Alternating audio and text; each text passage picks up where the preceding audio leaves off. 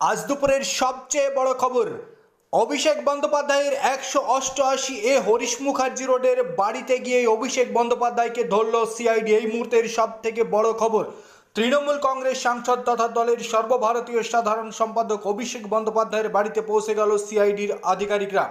আজ শনিবার দুপুরেই তার বাড়ির সামনে আচমকা দেখা গেল সিআইডির 5 জন প্রতিনিধিকে।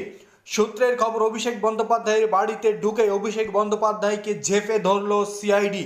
কারণ বিধানসভায় তৃণমূলের একাধিক বিধায়ক সিগনেচার নকল করেছেন। বিধানসভায় বিরোধী দলনেতা হিসাবে শোভনদেব চট্টোপাধ্যায়কে নির্বাচনকে কেন্দ্র করে জমা পড়া একটি চিঠি দিয়েই তৈরি হয়েছে জটিলতা।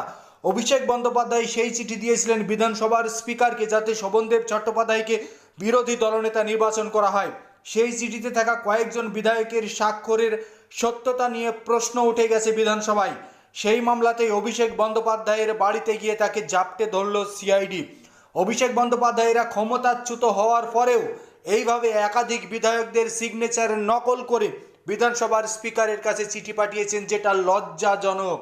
বাংলায় 15 বছর ক্ষমতা থেকে টাকার পাহাড়ের উপরে চড়েও শেষমেশ ক্ষমতাচ্যুত হওয়ার পরেও সিগনেচার নকল করছেন তারা। তাদের এই ঘৃণ্য রাজনীতিকে ধিক্কার জানায় বাংলার মানুষ। সেই ঘটনার তদন্ত করতে গিয়ে সংশ্লিষ্ট চিঠিতে থাকা স্বাক্ষরগুলো আদৌ প্রকৃত কিনা তা যাচাই করা প্রয়োজন। আর সেই কারণে একাধিক তৃণমূলের বিধায়কের বাড়িতে গিয়েছিলেন সিআইডি আধিকারিকরা। সেই তালিকায় রয়েছেন চন্দ্রনাথ সিনহা, নয়না বন্দ্যোপাধ্যায়, বাহারুল ইসলাম থেকে শুরু করে একাধিক ব্যক্তি। সেই ঘটনায় এবার অভিষেক বন্দ্যোপাধ্যায়ের বাড়িতে পৌঁছল সিআইডি।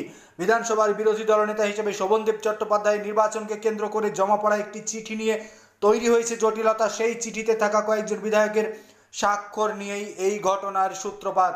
অভিষেক বন্দ্যোপাধ্যায়কে জিজ্ঞাসাবাদ করছে সিআইডির আধিকারিকরা। সমস্ত নথিপত্র এবং স্বাক্ষর খতিয়ে দেখছে তারা।